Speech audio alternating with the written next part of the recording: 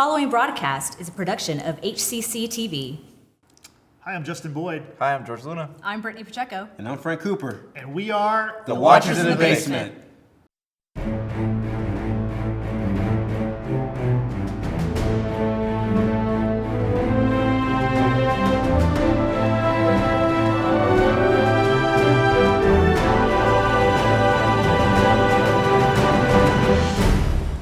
Welcome to the Watchers in the Basement. We have assembled here today. Assembled. Hope y'all got that. First of many jokes. Not the best, but we've assembled here today in the very cold basement studios here, Main Street Studios, and it's kind of interesting. It's so cold here, but we're talking about summer movies, right? Mm-hmm. The biggest movie I think of summer is going to be Spider-Man: Far From Home. Mm-hmm. Which is the next offering from Marvel Studios. Mm-hmm. The movie comes out July 2nd. And so we figured what better way to get you ready for that movie, which should be the biggest movie this summer, let's go back and look at each phase of the Marvel Cinematic Universe. So Marvel, when they release their movies, they have a plan where they release them in phases, right? So now we're on phase 3. You would think that Avengers Endgame would have been the final movie of phase 3, but actually it's going to be Spider-Man. Mm-hmm. So we're going to start with... we're going to go back to phase 1. We're going to go all the way back to Iron Man, which kicked it all off in 2008. And we're going to review the entire series. We're going to go through each movie. We're going to rank the movies in each phase. And so let's get started, guys. You ready? Well, don't forget our social media plug, Justin. I think I'll say that for the end. Oh, okay. Well, that works too. Fine. Yeah, so we'll say as that long as we're all on the same page. Yeah, we're on the same page. All right. So let's begin with Iron Man. Iron Man. So Iron Man was released May 2nd, 2008. It stars, of course, Robert Downey Jr. as Tony Stark / Iron Man. You've also got Terrence Howard. He was the original roadie. Yep. If people remember. Jeff Bridges plays the villain in the movie. He's Obadiah Stane. Yep. Odie. He has the great line, Tony! That's the best part of the movie. That's pretty good. Yeah. That was really good. And then you have Gwyneth Paltrow as Pepper Potts. Mm-hmm. The movie, it's directed by Jon Favreau, who also plays a part in the series. He's Happy Hogan. I did not know that. Like until you said that right now. I did not know that he directed that movie. Not just this one, but Directed the second all one. of them. The second one. Not the third one. Not the third The second one, yeah. Which that's also in phase. He's doing Lion King. Mufasa. Really? Mufasa. No, like he's playing the voice of Mufasa? No, he's directing Oh, Lion he's King. directing the movie. Yes. Wow. Yes. Yeah. Sidebar. He's a big deal. Let's get back to Marvel. Iron Man. Sorry. So anyway, it's directed by Jon Favreau. The movie had a budget of $140 million, and it made $585 million worldwide. So Not bad, Marvel. good start by Marvel. First movie. There's also a Game of Thrones tie-in. Obviously, we're known for covering Game of Thrones. The music composer of Game of Thrones also was a composer for Iron Man. So what's his name? I found it. What's his name, Brittany? I found it. Ramin Djawadi. I'm probably mispronouncing that. I apologize in advance. But we all know that from Game of Thrones, he's incredible, but he did Iron Man first. Yeah. So, like I said, Iron Man is the first movie in the Marvel Cinematic Universe. Yep. We're going to be calling it the MCU. So what does MCU stand for? Marvel Cinematic Universe. Look at that. Look at that. We know. Hopefully now you know. We know things. Yeah. So let's kick off the MCU here with Iron Man. Brittany, give us the plot points, the synopsis as quickly as you can. All right. So we know Tony Stark is a billionaire genius playboy, and he's also CEO of Stark Industries, who manufactures weapons. And after a weapons presentation in the Middle East, along with Lieutenant Colonel James Rhodey Rhodes, Tony finds himself injured by his own missile from an ambush attack on their convoy. And he's captured by a group called the Ten Rings. This is pretty important because eventually this will come back again later. An electromagnet is placed in his chest because he has shrapnel that's making his way to his heart, and this is done by a fellow captive who is also a doctor. His name is Jensen. Jensen plays a really big role in this beginning of Iron Man because he helps Tony secretly create this prototype of basically what will be the Iron Man suit. And Jensen will sacrifice himself to allow Tony to escape, and once Tony does, he comes back home, announces that they're closing the weapons manufacturing aspect of Stark, and he begins to improve the Iron Man suit and therefore protect all of mankind.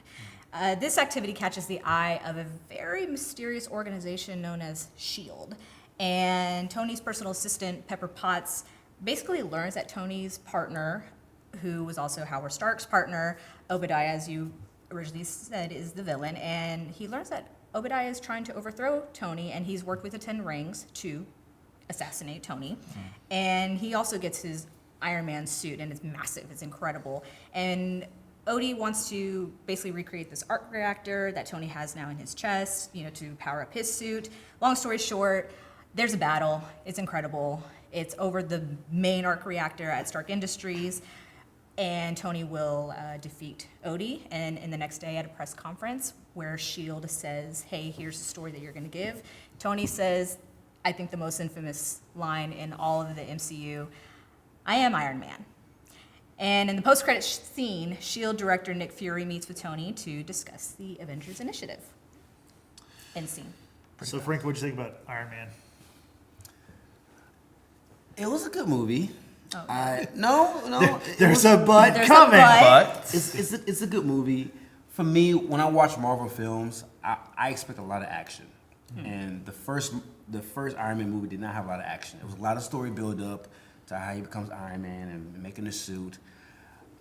And I watched it a few weeks ago, and every time I watch, I grow impatient because he's in the cave half the time. He's trying to survive. He's sharpening on his chest. He's trying to do all these things. I'm just waiting for the action to happen, and then when it finally happens, I'm just I just want more action. It's an origin story. Yeah. It is an origin It's definitely story. a table setter for the whole MCU. Yeah. But I understand. It's kind of slow in parts. Yeah. And with the origin, and I think origin stories are very necessary when you're kicking off series. It's just for me, I just want to see the meat. I just want to see the action immediately. Yeah. I think Robert Downey is an incredible actor. I think it was a perfect casting. I'm more of a fan of him in the featured Avengers movies than I am in the actual Iron Man standalone films. So That's fair. Brittany, what do you think? I see Frank's point, but I actually love this movie. Because it's the kickoff to the whole Marvel Cinematic Universe, I absolutely love Robert Downey. I'm so glad he was cast in this role because I don't think there could be anybody else who could be Tony Stark. Do you know who else was up for the role?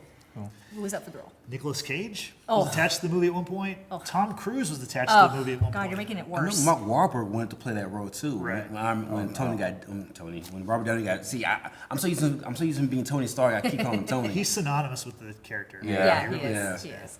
No, I absolutely love this movie. I think as an origin story, it's incredible, and it was a great way to just introduce so many other key factors for the cinematic universe that we see S.H.I.E.L.D., Agent Coulson. There is, I believe, is it this movie or maybe it's in Iron Man 2 where we see the S.H.I.E.L.D.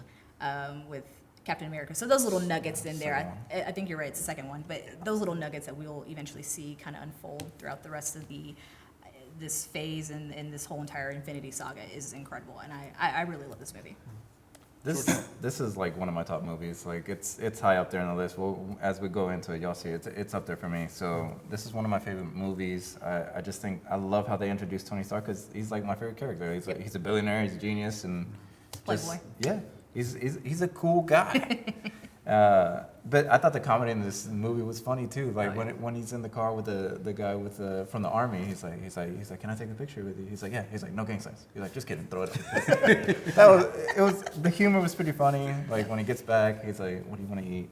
And Cheeseburgers. yeah, Cheeseburger R.I.P. Tony. first. But I just thought how they introduced this character was great. I know Frank wanted some more action, but I think it had enough action to where it was an origin story and you'd learn more about the character since it was the first movie that they started doing this. So definitely one of my favorite movies in the MCU. So Moderator. I echo the same thing George just said. I think it's really funny. The humor is good. I think it's the action. There's not a ton of action. You're right about that. But I like the way they set up the character and set up the entire universe based on this one character. Because I don't think he was as central in the comics as he is in the movies. No. They've definitely made him the guy, whereas in the comics he wasn't. He was a key character, but he wasn't the guy. So they made their gamble paid off by picking that character. And the movie, it's really good. It's also one of my favorites. We'll do our rankings later, so it's up there for me too. I think in fairness to say with the action, the amount of action, I think it's appropriate just because of the fact that Tony kind of Batman in a way. I'm going to make that Yeah. comparison. Is that he's just a regular guy and he doesn't have like superhero powers. So as he's learning to improve the Iron Man suit, he's also learning how to use it and how to maneuver in it. And he probably isn't that skilled in maybe, let's say, the martial arts or just fighting techniques in general. So He's self-taught. yeah, he's self-taught. And so I do feel that with the amount of action, I do get where you're coming from. But I think for what he does with how little he knows how to use the Iron Man suit when he goes to Gulmira to save all those people. And he uses the firepower and he just turns around and walks away slow motion basically, and everything just blows up. It's incredible. Like those little things, it's just really really cool. No, to me. it's a good movie. I think the problem for me is that when you compare it to other, it's been 22 Marvel movies. So like Apples now, and oranges. yeah. So like now, in retrospect, 10 years later, all these movies that come out, the Avengers movies, the Thor movies, it's hard for me to really remember glimpses and pieces of things that I really loved about it, because there's so many other movies that I just adore. Like all 3 Avengers movies I adore. Or was it 4 now? There's 4. 4, I'm sorry. All 4 I adore, and like he plays integral parts in those movies. So it's hard for me to remember the origin story of his, while I see so many other great things he's done throughout the other movies. So yeah. So Justin, there's another movie that came out in 2008 as Yeah, well. let's go to that movie. The Incredible Hulk came out June 13, 2008, which is just 2 months after, or actually just a month after Iron Man. Dang. It stars Edward Norton as Bruce Banner Who's that slash the guy? Hulk. Is he in the new movies? He's not in the new movies. Oh, no. okay. He was actually the second Hulk. So He there was the second Hulk. The first one was Can he Eric go through Bana. his description without you throwing shade already? Good lord. No. But the So- first Hulk was Eric Bana. Yeah. So this is the second. This is Marvel's take on the Hulk. Whereas Yes. the first Hulk movie, I think, was a Universal Pictures movie. I Something believe. like that. And actually, this movie was distributed through Universal Pictures. So, just kind of a fun fact: the Avengers was the first actual MCU, like produced and distributed movie. Owned by Disney. Yeah, the other ones were through Paramount and through Universal. So it took a while before Disney got, and Disney acquired Marvel like in 2010 or something. So that's the reason why. Something like that, yeah. So, okay, so back to the Hulk. So we got Edward Norton playing Hulk, Bruce Banner. You have Liv Tyler, who is the daughter of Steven Tyler of Aerosmith fame. We have Tim Roth, who's the villain in the movie. He plays Emil Blonsky, who later becomes Abomination, which is a similar a foe that has similar characteristics to the Hulk. Whenever he More enhanced. But yeah. William Hurt is Thunderbolt Ross, General Thunderbolt Ross. Directed by Louis Leterrier. I believe that's how you say that. Sure. French director. Sure. We'll go with that. So the budget was just like with Iron Man, is $150 million was the budget. The box office was not great. It made $263 million worldwide. It's the lowest in MCU history. So yeah, so it and it's not one of our favorites. So some of us like it, some of us don't. Brittany, tell us what happens in the Hulk. So I will be honest. I had to go rewatch like a recap about this movie because I haven't seen it in years, and then I remembered why I haven't seen it in years. So, sorry, Edward Norton. I love you in The Illusionist and American History X, but this movie Rounders was just too. not- Rounders is good.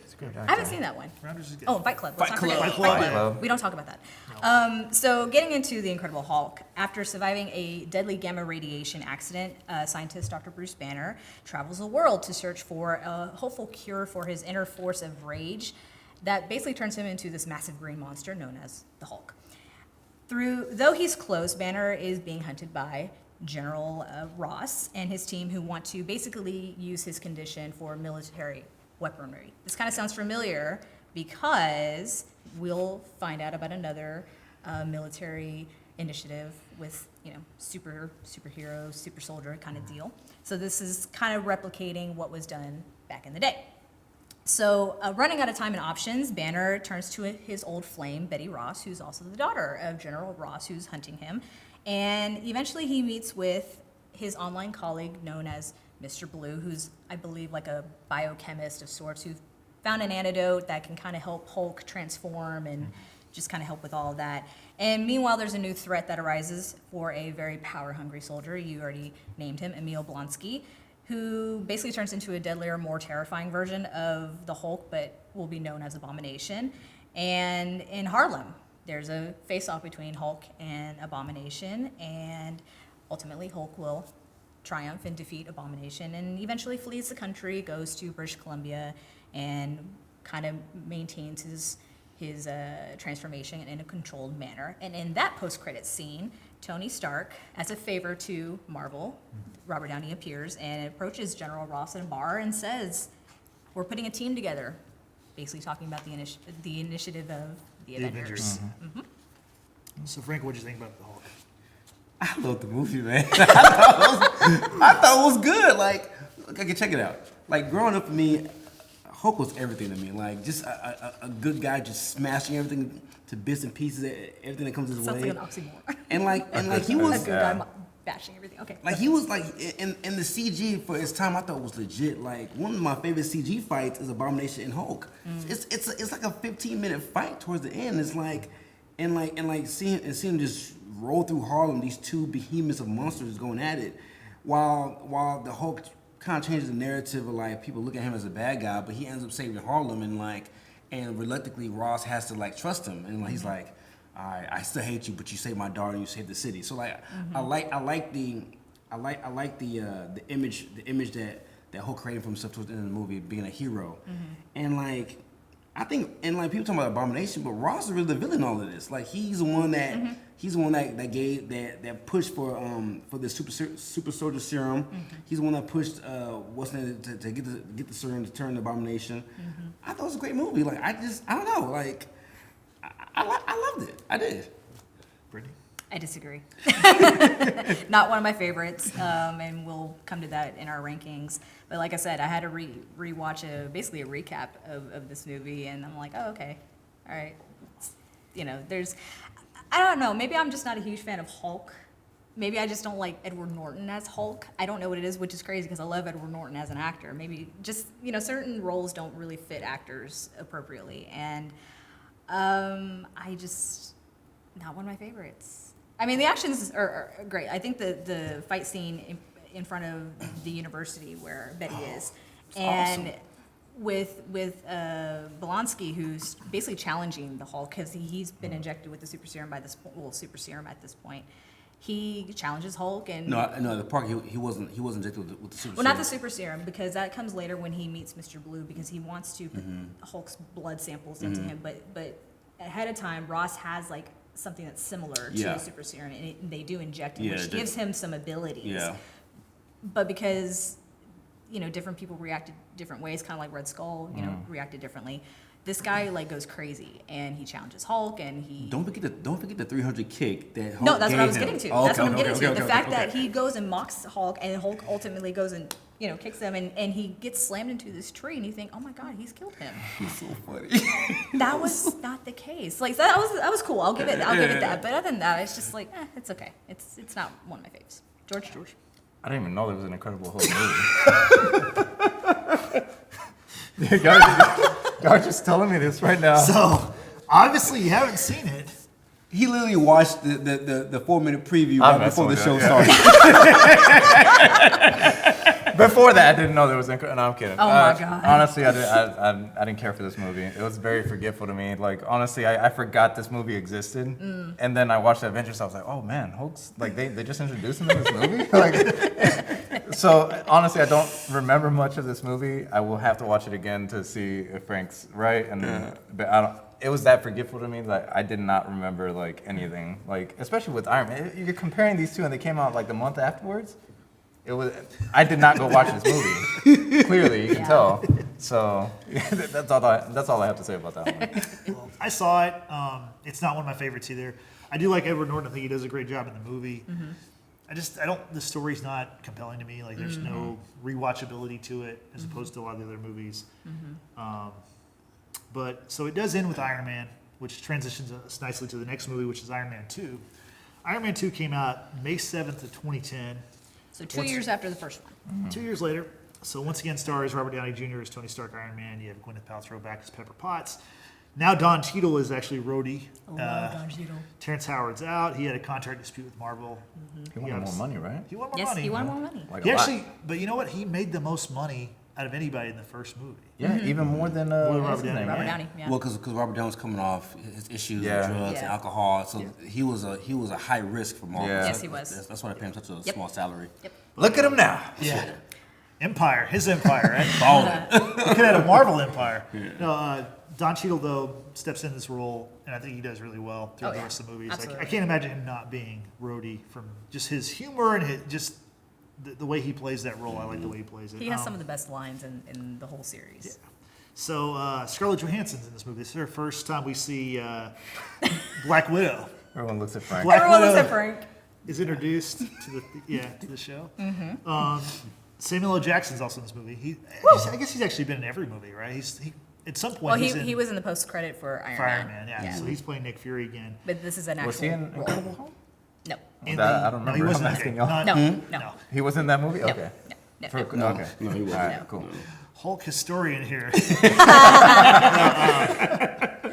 So the villains in the movie are played by Mickey Rourke. He plays Ivan Vanko / Whiplash, and then Sam Rockwell plays Justin Hammer, who is he's like the billionaire rival of Tony Stark. Is he a billionaire though?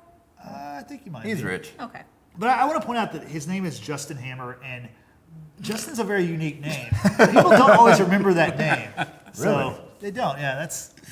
So What's we your like name to call again? we like to call that an inside joke here. So I'm gonna move back to the show, but just want to say, hey, it's not tough. It's 6 letters. Just remember it. Anyway, so Oh my gosh. once again, Jon Favreau, who plays Happy Hogan, is the director of the movie. It had a bigger budget. Budget was $200 million. It made $623 million worldwide. So it's a big hit. Huge hit. So Brittany, let's get to the story. So Tony Stark has announced to the world that he is Iron Man, and he's coming to face some challenges. The U.S. government wants to hand over the technology and the Iron Man suit, and other people are trying to recreate the suit, including Justin Hammer. The chest art reactor that Tony has that powers the Iron Man suit is slowly poisoning him. So he's kind of having to face possible imminent There you go. death. Yes, I can say it. And because of that, Tony appoints Pepper Potts, his personal assistant, as CEO of Stark Industries. She, in turn, hires Natalie Rushman, who is Natasha Romanoff, who is Black Widow, to replace her as the personal assistant. Yeah. I'm not gonna lie, she's amazing in this movie. And I lost my place. But far off in the land of Russia, Ivan Vanko is watching this press conference, and he's also the son to the late Anton Vanko, who had worked with Howard Stark back in the day on the arc reactor. And basically, Vanko's mission is to prove that the Iron Man is not invincible. And because Tony is kind of being reckless, he's in Monaco for the historic Grand Prix and decides, hey, I'm going to go race it. It's my car, why not? And as he's doing that, Ivan Vanko, with electrified whiplashes, comes onto the track and he attacks Tony. And eventually there's this battle. It's a really cool battle. I think it is, personally. And Vanko's arrested, and in Monaco, Justin Hammer comes back into the picture, and he is going to help Vanko escape prison in a really epic scene, I think, and basically hires Vanko, hey, come work for me, create these iron suits that I'm going to showcase at the Stark Expo that Tony has reopened. And also, kind of surprisingly, Rhodey is kind of turning against Tony at this point. They're like best buds, and Rhodey is kind of in ways supporting Justin Hammer. He shows up in an Iron Man suit along with Vanko's drones, and all hell kind of breaks loose. And long story short, Tony does find a new element to help his arc reactor chess piece, and Rhodey and Tony work together to defeat Vanko. And Natalie, I will say Natalie, because that's who she is at this point, and Happy team together to go to Hammer's factory to defeat all these bad guys and disarm the drones. Nick Fury at the very end will meet Tony and tell him that Tony will only be used as a consultant for the Avengers Initiative, but Iron Man is recruited for the initiative, which is kind of crazy. And in the post-credit scene, S.H.I.E.L.D. agent Phil Coulson reports the discovery of a large hammer at the bottom of a crater in the desert in New Mexico. I wonder who that is. I wonder who that's It's going to this be. thing right here. I'm pointing to the hammer. It's amazing. NC. Okay. Frank, what did you think about Iron Man 2? I know you're not an Iron Man fan, so. I didn't really like it, to be honest. Okay. No, I did not Can I really switch like places with someone? I feel like the villains in the Iron Man movies are very underwhelming. Like, I feel like as powerful and as smart as this billionaire playboy Tony Stark is, these villains are not really his match. Like, Whiplash's power is very underwhelming. Obadiah Stane's power is very underwhelming. Well, I think it's because they're like Tony. They're just people with super suits and stuff like that. I And totally, Vanko is pretty smart too, obviously. yeah, and I totally get that. But like when I watch them on TV on the big screen, they're not impressive villains. I just they're very underwhelming. When I watch the other Marvel movies, like even like in Black Panther, like Black Panther has like the best villain. no, Thanos does Killmonger? too. Killmonger? yeah, Killmonger. Like, he's not powerful. He's not a powerful mutant or anything like that. But he's Oh, but he's great to look at. yeah. But his story and like he's an impressive villain as far as the story. And, Yes, he is. And what Sorry. and what he brings to the table. I just feel like Ivan Vanko and Abedar Stain, they were boring villains to me. Yeah. And then like now I did like the drone scene when with Rhodey and Iron Man fighting all those different drones. Yeah, that's that cool. was pretty That was dope. very cool. I did like that scene, but the story in general, I don't really remember it, to be honest, because I wasn't really feeling the villain. So if the villain doesn't compel me, it's hard for me to stay focused. Okay. So Brittany? I'm an Iron Man fan. Truly, I think the fact that Tony has to come face to face with some really, really challenging things going on in his life, like potentially going to die, and now he's found this purpose of serving for the greater good, right? Before his factory or his industries used to manufacture weapons, and he decided to do away with that, and now he's fighting to keep peace, on Earth and what have you. And the idea that he's potentially going to die is something very detrimental, I would think, to any person. And he's trying to do all that he can do to make things right, putting Pepper as CEO. Still, he's a billionaire. He can do whatever the heck he wants, driving in the Grand are Prix. they dating at this time? Are they still friends, Pepper and Iron Man, at this time? I can't So remember. they're at the very end. They had Yeah. a little A moment? moment, Okay. and Rhodey, in one of the best comedic timings, he's like, man, you guys are like angry seals or something like that, and Tony's all like, oh, well, go find your own roof. I got here first. They're just going back and Yeah. forth, and I think it's one of the greater banters between the two. But no, I mean, I love Mickey Rourke. I thought he was great as the villain, and even though Whiplash isn't this overpowerful villain, I still liked it. The chemistry between the two. I feel it just I worked. hate the guy's accent. I hate Mickey Rourke's accent in the movie. movie. Too. Yeah. Oh my god. Because it's Slavic. It's It was Russian. just so over the top though. I was just like, it was a poor. Look, he wanted his bird, okay? Like, let him have his bird. Did they kill- I did they want kill my this bird. I Did they can't kill do his bird? They took his They took it bird. away. They took it away. They didn't kill it, They took right? it away. Oh, okay. Yeah. There was a bird in the No movie? bird. It was like a cock. Like- What is it? A cockatoo or cockatoo? Yeah. I always get the two confused. It's a bird. It's a bird. Bird. Bird. Anyway, no. Next episode, we're gonna have a bird here. We're gonna figure out what it is. Anyway, but I like the movie. George. Oh, I love this movie. I love Iron Man, so I thought it was a great movie. 3,000 or what do you think? Yes. Why are you trying to get us emotional, Justin? Yeah. So rude. Well, young Peter Parker was in this movie, right? Supposedly. No. No. The kid. The kid with the. Iron Man 2? Like not. I meant the actor. What's it called? Talking about Tom Holland? Tom Holland. He's in the movie? Wasn't he the kid that stopped the Iron Man? You remember the suit? Look it up. I don't remember. I'm pretty sure that's somewhere Oh, on you're there. talking about at the expo. Yeah. Oh, I don't know. That was We'd Tom have to go- Holland playing a Yeah, little kid? supposedly that was him. Okay, well, we gotta do some research. If you guys know, let us know in the social I'll media look comments. it up right now, but I'm pretty sure that was him. Like there was a link that Tom Holland was that kid. Oh, okay. Yeah, and then he became Spider-Man. Okay. That's the Wow. only reason I said Peter Nice. Parker. Yeah. Okay.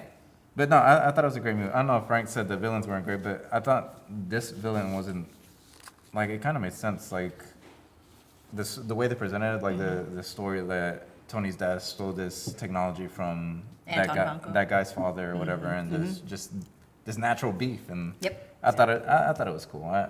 I know the like you said, the villains aren't as like built up, or they don't really have as much of a backstory. And It's not in the backstory. I just think that they're just very unimpressive as far as like the weight in the movie Yeah. that they're in. I I don't feel much with the villains. Like they're just there as decoration. I do want to point out real quickly, because we're talking about villains. We see the introduction of that one senator who ends up being part of Gary Shandling. Hydra. Yeah. What was his name again? The actor is Gary Shandling. Thank Yeah. you. I couldn't think of his name He's right. deceased, but but this is, I think, his first introduction to the Marvel Cinematic Universe, and his role is kind of later on reprised. What are you talking about? He's a senator. He's the one. At the very end, when he's awarding them the awards, and he pokes Tony he with pokes the Tony with the pin. I didn't catch that. Yeah. Yeah. He was in Winter Soldier as well. Yeah. Like Really? that's when they found out Hydra. Okay. The Hydra agents in Shield. He's one of the guys No pushing way. the Hydra initiative. But this one, he's a senator. I He's a gotta, senator. I gotta Yeah. look up who Yeah, I he is because remember. I don't remember. Yeah. So Iron Man 2 ends with Thor's hammer. Yes. The next movie is Thor. Yep. Did you give your opinion about Iron Man 2? I liked it. It's a good movie. Okay. I rewatched it this weekend. You matter too, Justin. No, I know. I'm just Okay. trying to move this along, but it's a good movie. I rewatched it on Saturday. I thought it was really good. Let's go to another movie that I think's okay. Thor. The release date was May 6, 2011. Stars Chris Hemsworth, of course, as Thor. Natalie Portman as Dr. Jane Foster. Tom Hiddleston is Loki. Oh yes. Idris Elba is Heimdall. Oh yes. And Anthony Hopkins plays Odin, who is Thor's father. The movie is directed by Kenneth Branagh. Who? Sorry, I have to go interrupt ahead. you. Yeah. He was Gilderoy Lockhart in Harry Potter and the Chamber of Secrets. A lot of people were mind blown when they saw that Gilderoy Lockhart was the director for Thor. I just had to throw that in there. So he's an actor and director. He's an actor and director. Yes. Good for you. Yes. Cool. Congrats, Kenneth. Budget of 150 million. It made 449 million worldwide. So Not bad. modest, Not pretty bad. good hit, yeah. Not as good as Iron Man's, but So it's still good. Yeah. So Brittany, let's talk about the story. So, after wanting to wage war, I don't know why I couldn't almost say that, against Loki, the king of the frost giants, the mighty warrior Thor is cast out from his home on Asgard by his father Odin and sent down to Earth. With no way of getting home, and his hammer Mjolnir, You got it. the hammer's lost, Thor struggles to reclaim his powers. Meanwhile, on Asgard, Thor's devious brother Loki learns that he is the son of Loki of the Frost Giants, and he basically seizes Odin's throne and seeks to help the Frost Giants basically reclaim their glory. And Odin is now in a deep sleep. It's known as the Odin sleep. Loki offers Loki the chance to kill Odin. That backfires. And on Earth, with the help from scientist Dr. Jane Foster and her team, including Dr. Selvig, Thor learns the true virtue of being a hero. Eventually, Thor is found worthy of his hammer and regains his powers after sacrificing himself to the automation destroyer Loki sends via the Bifrost to kill Thor, and will return home to Asgard to stop Loki and save Asgard from destruction. And in a post-credit scene, Dr. Selvig is presented the Tesseract by Nick Fury and is asked to study the cube as it may hold untold power. An invisible Loki, who is presumed dead at the very end of the movie, prompts Selvig to agree, and Selvig does. Yep. So Frank, what'd you think? I love the movie. I thought it was a good origin story for Thor. For me, like I need a good balance of origin story with action with a little bit of comedy, and I thought Thor and Loki's connection and their vibe. It was the beginning of 4 or 5 movies with these guys, and they have a great on-screen chemistry. They do. I thought it flowed well. I thought Thor would be sent to Earth and proving himself to be a hero and being the virtue of a hero. I think all that flowed together. That was a good movie. Brittany? Absolutely love this movie. I mean, who doesn't love looking at Chris Hemsworth shirtless? I'm just saying. By the way, that's been in his contract in almost every movie, every Marvel movie he's been in. He has to have a shirtless scene. Fat Thor. It's my guy. You know what? That's goals right there. That's summer body goals for me. Anyway, but no, I think this is the beginning of Chris Hemsworth's humor. Yeah. We will see that unleashed in Ragnarok, but this was the beginning because when he's drinking that coffee and he says, "I like this drink, I like it, another," and then just throws it down to the ground, smashes it. I think it's great. I think it's hilarious that he keeps getting run over by Jane Foster. It's probably one of my favorite scenes in the whole movie. But I agree with Frank. Loki and Thor together are incredible. They're just completely incredible. I absolutely love this movie. It's not as high on my rankings as I would you would think it would be, but it's still definitely one of my favorites. George? I like the movie. It's not bad. It's not my favorite movie, but compared to the rest of that we're going in here, but I think Frank said it right. Like, it has a good amount of action. The movie's pretty funny. I think it's one of the funniest characters. Like, he starts to be. And the story was pretty good, but yeah, it's still not up there for me. But I can't hate on this movie. I'm kind of in the same spot. It's not one of my favorites, but it's entertaining when you get a chance to watch it. So. Next movie is Captain America: The First Avenger. That came out July 22nd, 2011. It stars Chris Evans as Steve Rogers, Captain America. You've got Sebastian Stan as Bucky Barnes. Tommy Lee Jones is Colonel Chester Phillips. Hugo Weaving plays Johann Schmidt / Red Skull. And Haley Atwell plays Peggy Carter. Double yeah. So, That's a fine woman right there, boy. That's a fine woman, man. Golly. Sorry. She fits that era very well. She fits any era very well. Oh my God. Leave it to you. Anyway, go ahead. also with the casting, we have a couple of Game of Thrones tie-ins. Natalie Dormer, who played Marjorie Tyrell in Game of Thrones, she's in the movie. She's Private Lorraine. And then David Bradley, better known as Walder Frey to us in Game of Really? Thrones. Yeah, he is the Tower Keeper, the beginning of the movie The very beginning of the that movie. Red Skull kills. No way. to Did get not the know Tesseract. that, yeah. Nope, Yeah. did not catch that one. Justin had Yeah. to point that out to me recently, and I'm like, oh. Yeah. No, that is I very knew the true. Marjorie Tyrell one because she Yeah. kissed, She kisses Chris Evans in Captain America. But no, I didn't know that one. Yeah. That's so cool. I gotta watch that. So the movie is directed by Joe Johnston, it's the only Captain America movie that wasn't directed by the Russo brothers. So. And Joe Johnston, I believe, had a Star Wars background. I believe he worked on some of the Star Wars movies with Okay. George Lucas back in the day. Very so, the budget was 140 million. It made 370 million worldwide. It was one of the lower movies for. It was actually the second lowest, right above Hulk. Right, Hulk, yeah. So, Brittany, go ahead and explain to us the story of this movie. Will do, Justin. During World War II, Steve Rogers tries to enlist in the Army and is repeatedly rejected for his frail and sickly condition. However, a scientist, Dr. Abraham Erskine, played by Stanley Tucci, one of my favorites, notes his determination and allows him to enlist. What Steve doesn't know is that the scientist is in charge of a government project to create super soldiers, in which Steve is to be the first. Colonel Chester Phillips, who is head of the project, doesn't understand why, the scrawny kid is going to be a part of this, but Dr. Erskine sees what Colonel doesn't, a strong inner character. And this also appeals to Agent Peggy Carter, and she does take a liking to the courageous Steve Rogers. Lots of people here take a liking to her. It's fine. Meanwhile, Johann Schmidt, head of the German science division known as Hydra, is aware of what's going on in America and fears the success of the project. And with the help of Dr. Arnim Zola? Dr. Zola, we're just going to say that. Close enough. Close enough. They have acquired the Tesseract, which is a cube of untold power, as we previously learned, to create the ultimate weapon to basically destroy the Earth.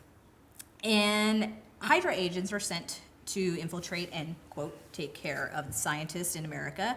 And because of the success of the experiment and whatnot, with the help of Howard Stark, the Hydra agents kill the doctor. And Steve is basically now this U.S. war-driven propaganda, and that's kind of short-lived because he does learn that his best friend, Bucky Barnes, and his whole unit are captured, and he makes it a mission to go and save them. And during the rescue, we encounter Steve and Red Skull kind of face off, and they're now arch nemesis. Red Skull ultimately will die because he actually physically handles the Tesseract, which kind of dissolves him into this bright red flame. And Steve knows that this is going to potentially destroy the Earth, and he sacrifices himself to do a crash landing in the Arctic.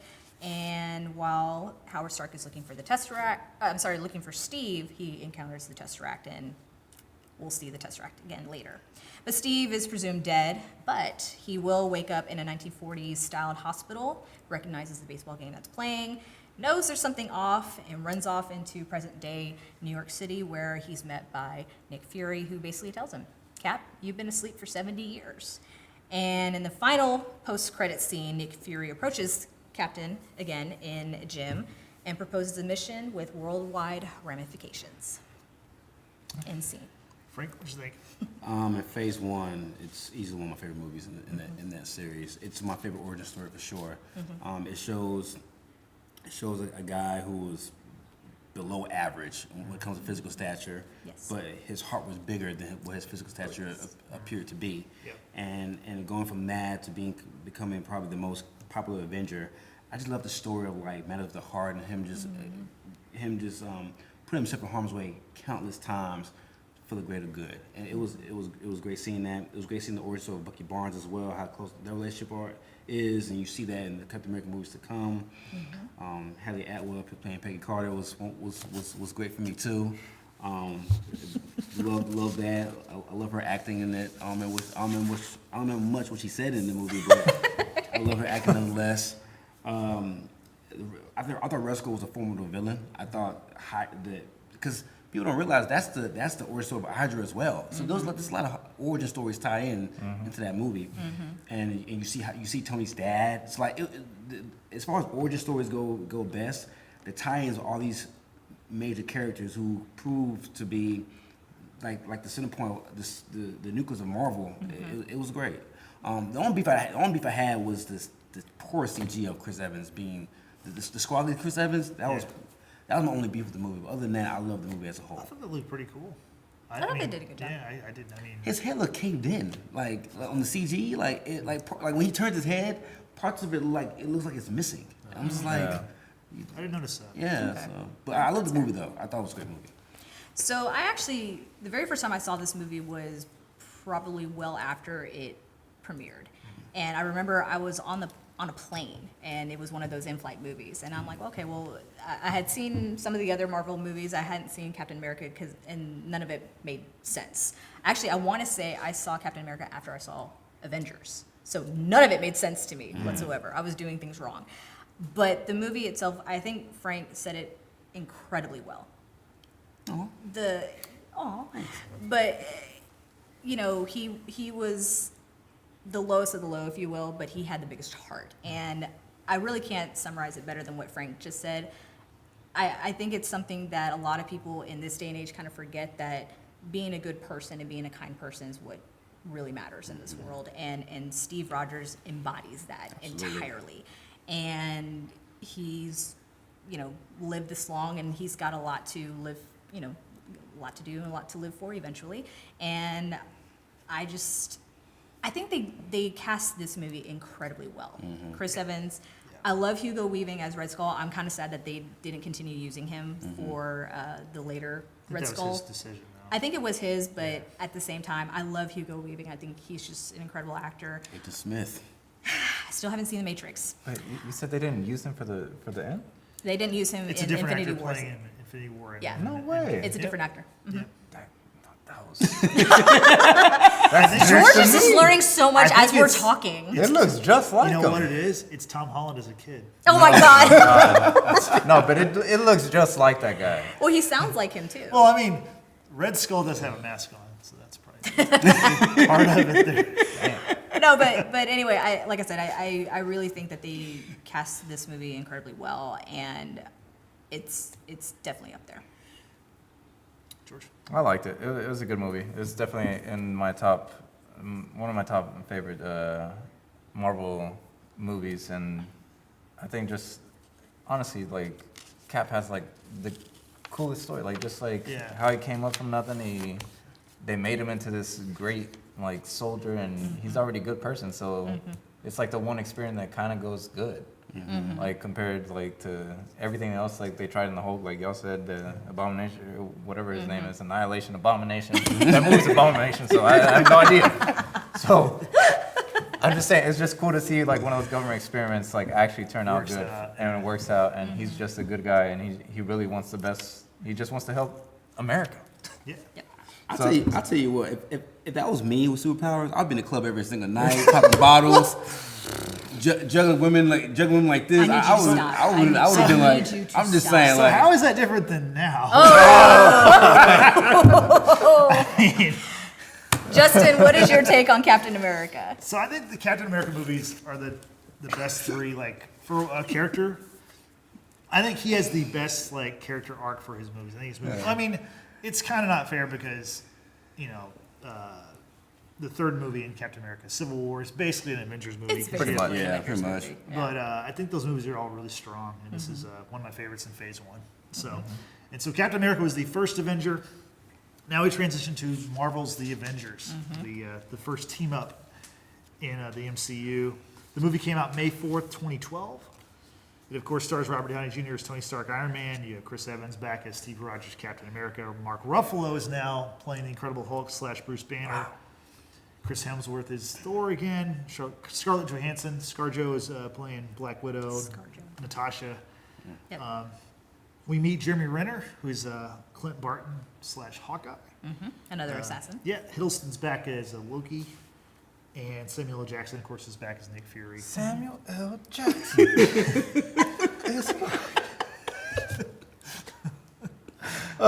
We can't. Continue. I know, we can't Continue. finish that. I can't. Continue. The movie's directed by Josh George. Joss Whedon, who actually he produces he directs the second one also, Age of Ultron.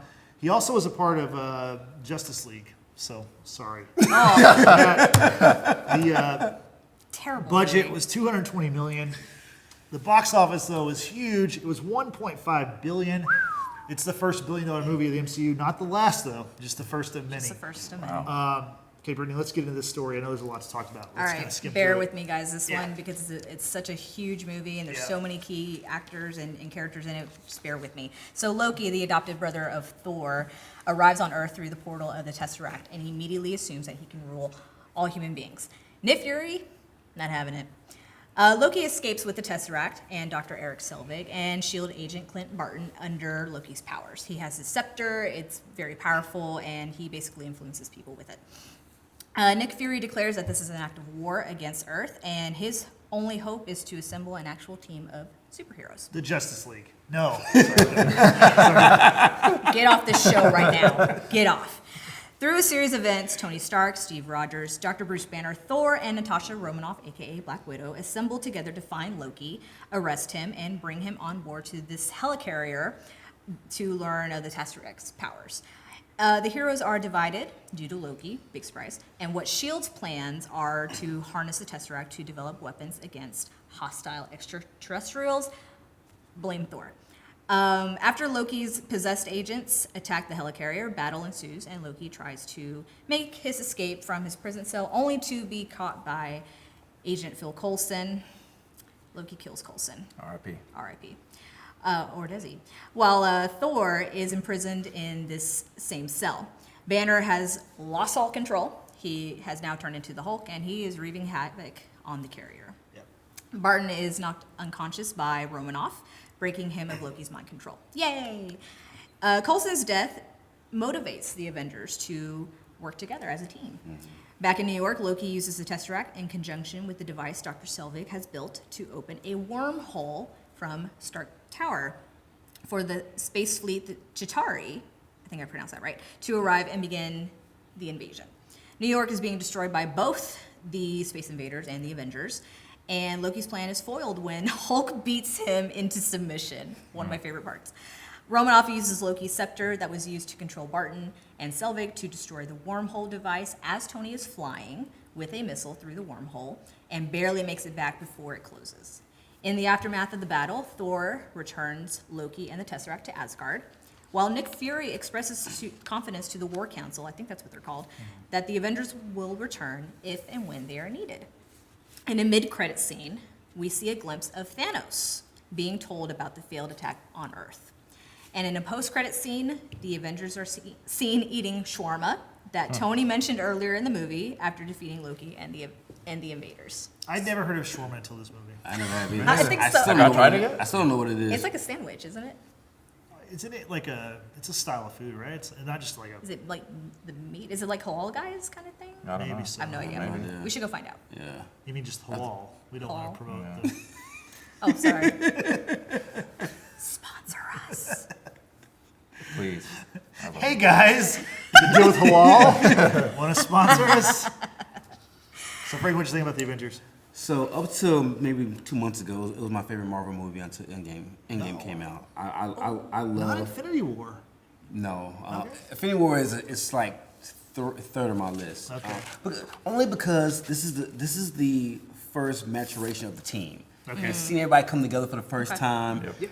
One of those epic scenes to me is where they're in New York and all in the circle and the camera pans around Oh, yeah, them. yeah. That was Iconic, yeah. so iconic. Yes, and the music comes on. This is like, dude, like this is the beginning of something great. And like when you watch it, you get that sense like, I don't know what I'm watching, but I feel like this is gonna be something special in society, in American society today. And that's why I felt watching it for the first time in the theaters with my cousins and stuff. So I thought everything flowed well. I was kind of worried at first because we've never seen a team up movie of this nature before, of six or seven heroes, but it all flowed well, and I loved it. I thought it was great. Yeah. So I remember seeing this movie in theaters. Like I said, I watched some of these movies out of order, but I remember being in the theater and it was packed. And when the Hulk came back to New York, I'm sorry, Banner. First was Banner, and Captain tells him, Dr. Banner, it'd be good to get mad now. And Banner turns and says, that's the secret, Captain. I'm always angry. And I remember the whole theater cheered, and I was amongst them, of course. And, he's just, Hulk's doing his thing, Hulk smash. Definitely one of my top movies of all time. It's that movie, I really like it. I do actually like Age of Ultron a little bit more for different reasons, but this movie is incredible for the same reasons that Frank just said. I was about to change your name, sorry. And it's great. It's definitely great. This is the worst movie. No, I'm kidding. I'm messing with you. This my, Oh my this, God, I this thought you were is the- serious. No, I'm not serious. I'm No. like, more than No, this is- Hulk? No, this one's great. I love this movie. Everything Frank said, I can't add anything more. Yeah. Like it was perfectly. Like just seeing all of them come together was just super special. Yep. Except for Hulk, because that one I was just like, oh, he popped up again. But that's the only one character. But just seeing Thor, everybody come together, it was really cool. Yep. But yeah, Mark Ruffalo did a great job, honestly, yeah. He's great. as a Hulk. So it definitely worked well for me. So I thought it was a really good movie. Definitely one of my favorites. What you think, Justice. Justin? It's one of my favorites too, but how favorite is it? That's not even a word. I'm not even speaking English. I was trying to be funny. See, that's the thing, kids. Whenever you swing for the fences, you strike out sometimes. Sometimes you get a home run, sometimes you strike. You actually strike out more than you get home runs, but I can't even talk. Okay, so the whole point of this show is we're going to rank these movies. So who cares what I say? I'm going to put a number next to it and rank it. Okay. So here's how we're going to do it. What is the sixth and worst movie out of Phase 1? Frank, name your sixth movie. Iron Man 2. Iron Man 2. Brittany. Shots fired. Frank, hold me back. Okay, Hulk. Hulk. Okay, George. Hulk. I have Hulk also. Nathan Hill, our editor, producer extraordinaire, The man behind the camera. he gave me his list. Okay. His least favorite is also Iron Man 2. Wow. So, We here, bro. We here. We still won. So we won. So 3-2. Hulk is the sixth and worst movie of Phase 1. Nice. Let's go number 5. Frank, where do you got? Iron Man. I don't like The thing about Frank, he's a straight shooter. He told us right off the bat, I don't like Iron Man movies. I don't like he Iron Man doesn't movies. like Iron Man I movies. do not. Okay. I like him in ensemble roles in the team up movies. I don't like his stories. I need you to not cry then when he dies. Well, he's one of the greatest characters in the Marvel Cinematic Universe. Doesn't mean his movies are great. Nope. No. Wow. No. And I didn't cry when he died. I cried when the daughter said cheeseburgers. That's when I cried. I didn't cry when he died. I can't Hey, you even. told me Frank, that- Frank, you- I can't even you look told at you me that. anymore. I can't even. No, look I at you cried. anymore. No, I cried on the Love You 3000 and the cheeseburgers part. I didn't cry when Iron Man died. Can I give my pick? Yes, go ahead. I'm sorry. Go ahead. Okay, this is gonna sound crazy, but Iron Man 2, number 5 for me. So we have Iron Man 2. No. There's different reasons, but we don't have time to go into it. Okay. You know, we'll get there when we get there. George, what do you got? Thor. I have Thor as well. And so does my good friend Nathan. Okay. So it is Thor. Pow. That wins. Okay. Okay, Frank, fourth worst movie. Or the fourth best, however you... Glass half full, glass half empty. Incredible Hulk is fourth on my list. Okay. Only because I can't go against Captain America and Thor. I can't. Okay. Interesting. Brittany? So it was a toss-up for me, and I'm looking at George's George's list, and we have some things reversed. But number 4 for me is Thor. I think the comedic timing is just great in that movie. So Thor is off the board. So what do you have? Iron Man 2 for me. I have Iron Man 2 also. Nathan has he has Captain America. So it is actually Iron Man 2. Interesting. Okay. I don't like how we're doing this, but fine. In the 3 spot, Frank, what do you got? I have Thor in Thor. a 3 spot. Okay. Brittany, Captain America. Captain America. Captain America. I have Iron Man. Oh. Nathan has the Hulk. Oh. So Captain America it is. Sorry. Okay. Second movie. Captain America. Love the origin story in that movie. Okay. Avengers. Avengers. Okay. Iron Man for me. Iron Man. I have Iron Man also. Wait. No, I have Captain America. Ooh. You're, you're screwing things up. Well, I've got 2 lists, and I'm trying to think of which So I was saying. Nathan's- Yeah, what's Nathan's pick? Nathan has Avengers. We win. Okay. So it's Avengers number 2? Avengers is number 2. Okay. Well, Cold. that means Iron Man is It's number 1. He was number 1 on my list just Oh, because man. he's an origin story. Like, So Frank, what did kick you it have off. for 1? Just curious. Avengers. It's Yeah, I had no-brainer. I had Avengers 2. That's So a did I. no-brainer for me. I did too. Yeah, Brittany, Avengers what did will. you have? I had Iron Man. Iron Man, okay. What did What you did have? Nathan have? He had Iron Man also. Nathan? So then We won. Avengers would so be Avengers first. won because us No, three it's is 3-2. No, it's who has number 1 though. You had Avengers on 1, We right? had Avengers. Yeah, but Avengers have was already Avengers. taken second place. Yeah. How? How? If If we have 3, yeah, that's number 1. you see what I mean? Because he put Avengers, Avengers. 1. I Just put switch it, Avengers just switch it, 1. just appease him, You just put switch it. Avengers as 1. That's 3. Yeah. Whatever. That's 3 against Whatever. 2. Nathan, we know what's real. We know it's real. Isn't it by vote? It is. That's what he's doing. So, Sorry about this. We're doing this for the first time, okay? To all of our viewers and listeners, we apologize for this Okay. conundrum. In fairness to me, Oh my God. Justin can't talk. I'm the host. I can't read, write, or speak. The fact that I'm here is a miracle, okay? And by the way, you're welcome that I'm here. Okay, so Lord. I'm confused. Okay, so Avengers is number 1, which Yes. is, that's what I said Yes. from the beginning. Yes. You said yes. Iron Man. Not for me though. I have Avengers. Why did you write it? Look at this. Because You wrote Iron no one Man, can number read that. 1. No one can read that. I can't write. That's the, why do I have the pen? Okay, people, this is serious business here. Avengers is the number 1 movie of Phase 1. Yes. Number 2 is Fine. Iron Man. Yes. Number 3 is Captain America, the Yes. first Yes. Avenger. I agree with that. Number 4 is Iron Man 2. Yes. Number 5 is Thor. Number 6 is The Incredible Hulk. Yes. Yo, that was literally my list the whole time. Like, spot on. That was it. New host, George Luna, next week. George R. Luna. So we'll be back next week. We're going to be doing Phase 2 of Marvel. That includes Iron Man 3. That includes Captain America's Winter Soldier. A lot of movies that weren't in Phase 1. Yeah.